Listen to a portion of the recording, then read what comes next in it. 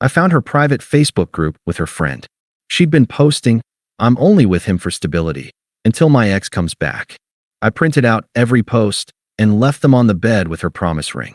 She got home to an empty apartment. Hey viewers, before we move on to the video, please make sure to subscribe to the channel and hit the like button if you want to see more stories like this. Thanks. I wasn't snooping. I wasn't even suspicious yet. That's the part that still messes with me. It was a lazy Thursday night. She was out grabbing drinks with the girls, and I was home doing what I usually did, folding her laundry, making sure her favorite wine was chilled, and scrolling through Netflix for something we could watch when she got back. I was using her laptop because mine was charging in the other room. I just needed a browser window, that's all. Then a little Facebook notification popped up in the corner. 20+ new messages. Healing Queen's nail polish broken heart. I didn't even think anything of it at first. I figured it was one of those support groups for women going through stuff. She joined a few after her last breakup. I was happy she had a space to talk about things, until I saw the preview. He's nice, but you guys, I'm honestly just waiting for Redacted to come back. This guy? He's a soft place to land. That's it. I paused. Thought it was someone else's post. Until I saw her name, Ashley B., and her profile picture. Our photo. From our anniversary trip last fall. The one I paid for. That sick feeling hit me instantly. You know the one. Like a cold hand around your spine. You want to look away, but you can't. I clicked the thread. Post after post. Screenshot after screenshot. I don't even sleep with him anymore. He thinks I'm just stressed. Nah, I'm just not into it. He bought me a promise ring. Bless his heart. I nearly laughed. Honestly, her ex's name ruined me for other guys. This one's just a break until real life comes back. Her friends commented laughing emojis. One said, "Girl, you're so real for this loudly crying face, loudly crying face." Another wrote, "Just don't let him find this group, LMAO." Too late. I didn't scream. Didn't cry. I just sat there, reading everything. Every little jab. Every moment I thought was real, dissected like it was nothing. Then I calmly opened Google Docs and started writing a list titled, Exit Strategy. Ashley and I had been together for almost 3 years.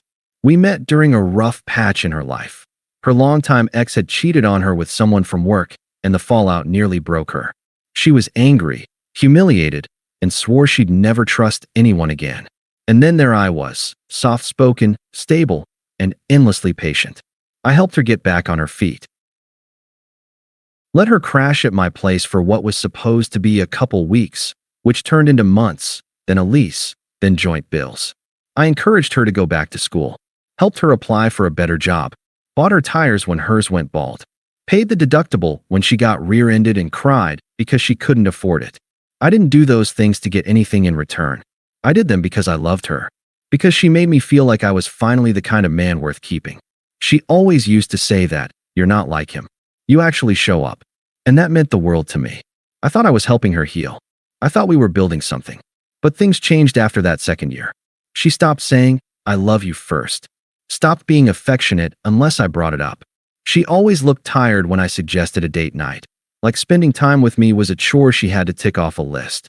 I told myself it was just stress. Her job. The economy. Her hormones. Anything but what it actually was. I even bought her a promise ring 3 months ago. Not because I thought it would fix things, but because I hoped it would remind her what we'd survived together. That we were solid. That she didn't need to look back anymore. She cried when I gave it to her. Said it was too much, but put it on anyway. I thought the tears were love.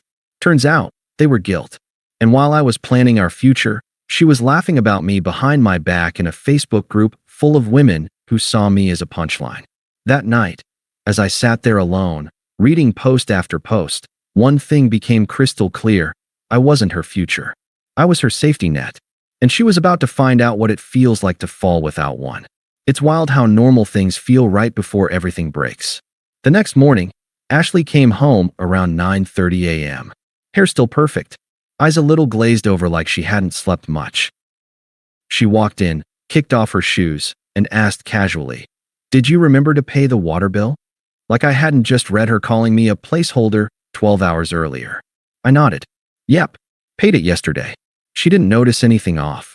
Just gave me a distracted smile, scrolled through her phone, and wandered into the bedroom to nap. She always slept off her hangovers in my bed. In our bed, the one I bought. I stood in the kitchen watching her pass by. This woman I'd given nearly 3 years of my life to, and I didn't feel anger.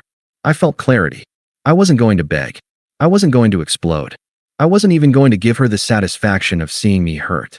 If I'd done that, she could twist it, blame shift, cry and say she was just venting to friends, accuse me of invading her privacy. You know how people like that operate. But I'd seen enough. And now, I had work to do. I went full ghost planner. First, I created backups of everything. Screenshots of every post, comment, and photo in that Facebook group. Her text with her ex. Yep, I found those, too. They were tucked into her archived chats on Messenger, right beneath our last conversation about grocery lists. You know I still think about you when I'm with him.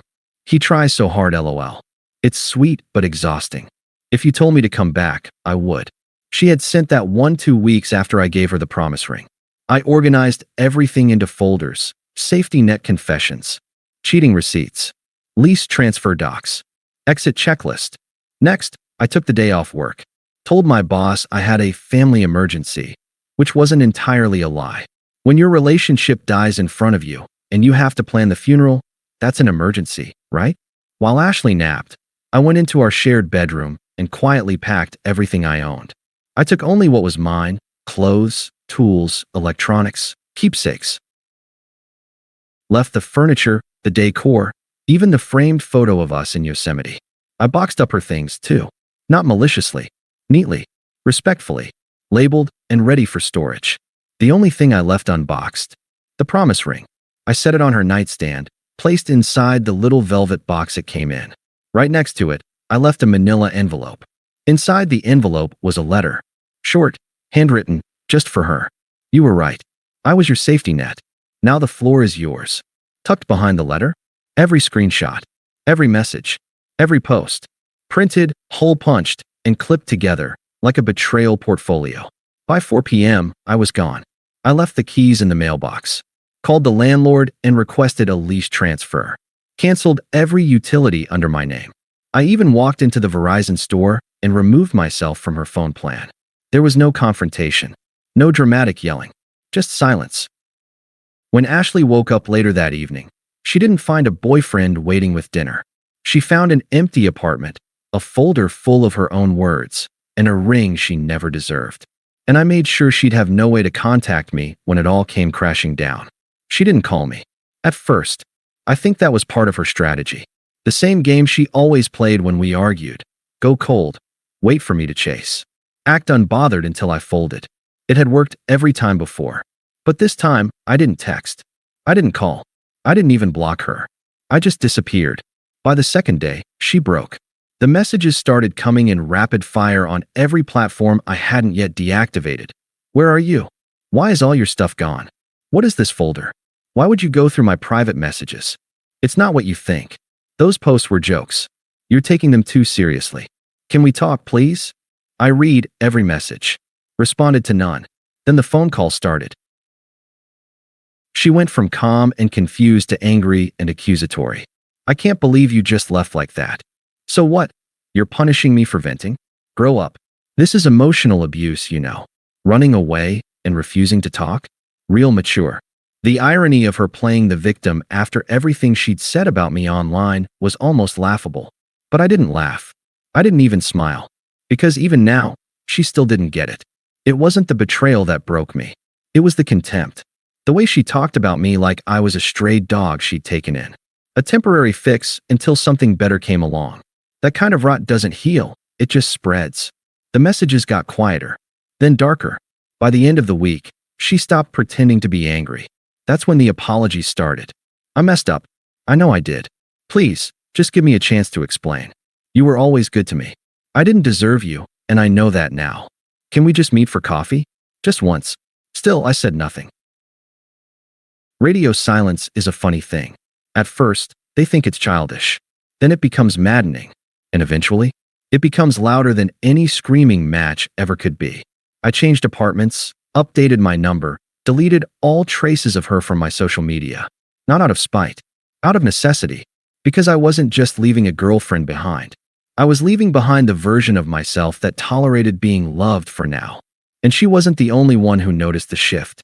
I hadn't heard her voice in over a month when I got the message. It wasn't from Ashley. It was from her best friend, Jazz. We'd never been close, not really. Just the occasional small talk when I'd pick Ashley up from brunch or drop her off for a girls' night. Jazz had always struck me as blunt, borderline rude, but I never took it personally. I figured she was just fiercely loyal to Ashley. That's why the message she sent hit harder than I expected. Hey, I know you probably don't want to hear from anyone in Ashley's orbit right now, but you should see this. Attached was a screenshot from a group chat I hadn't known existed.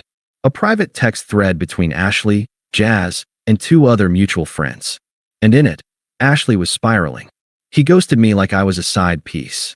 I didn't even cheat. I was just being honest online. It's not my fault if he couldn't handle the truth. Jazz, can you text him? He always liked you. Maybe he'll listen to you. But Jazz didn't text me to help her. She texted me because something had shifted. She wrote, I'll be real with you. I didn't know about the Facebook group until after you left. When I saw what she posted about you, how she made you out to be some desperate loser she was settling for, I felt sick. You didn't deserve that. You're a good guy. Too good for her. Just wanted to say, I get it now. And I'm sorry for believing her version of things. I didn't know how to respond. Not because I was conflicted, but because this was the first time someone in Ashley's life had seen it for what it was. Emotional manipulation wrapped in performative victimhood. I finally replied, thanks. I didn't leave to make a point. I left because I had to. I just couldn't be someone's until. Not anymore. Jazz hearted the message. That was it. But I knew what she meant by reaching out. Ashley had lost more than just me. She was starting to lose her entire narrative.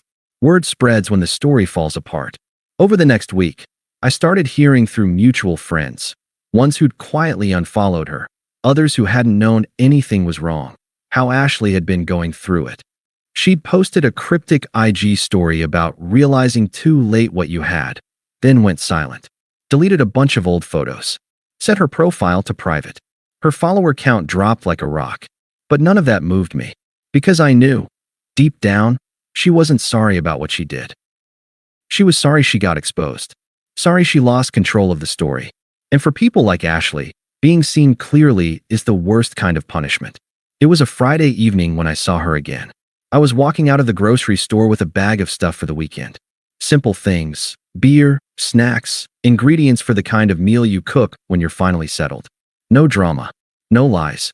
And there she was, standing in the parking lot beside my car like she'd rehearsed it. Same hair, same polished smile, but there was something tight around the edges. That look people get when they're trying to pretend they still have control. I stopped walking, didn't say a word, just waited. She took a breath and said, I just want to talk. I nodded once. She took it as permission. I get it. You're mad.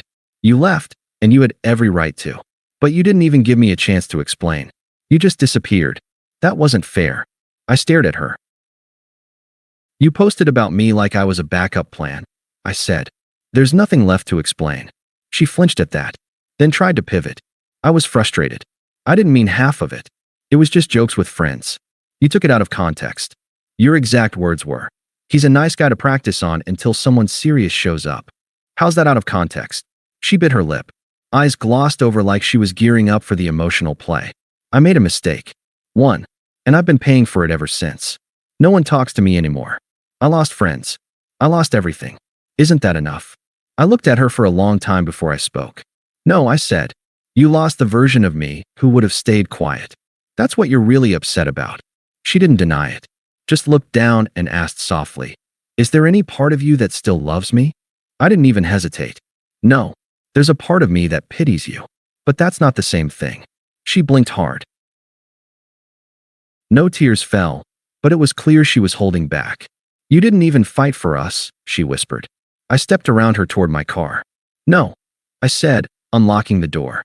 I just stopped fighting myself to stay with you.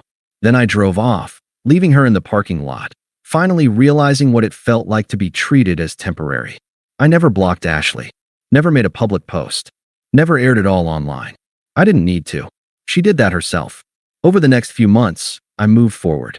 New apartment, better job, started dating again, not out of spite, but from a place of peace. A place Ashley never operated from. And every once in a while, I'd hear her name from someone in passing. She was struggling with rent. Apparently, the safety net she'd been holding out for never showed up. The ex she was messaging? He got married to someone else. Someone who didn't need to be convinced to love him. Jazz and her old friend group stopped responding to her. One of them told me she tried to spin the story, but the screenshots I'd left behind did the talking. They saw it. All of it. Ashley's power came from pretending to be misunderstood. But now, she was just understood, and that was enough to undo her. I don't regret anything. Not leaving. Not staying silent. Not refusing to engage with the character she played when her real face got revealed. Some people think revenge needs to be loud, public, explosive. But sometimes, the most brutal revenge is just walking away so quietly, they never hear from you again. And when the silence starts echoing, they finally realize it was never their stage. It was your life. And they've been written out. Thanks for watching. Make sure to subscribe to the channel and hit the like button. What do you think about this story? Share it in the comments.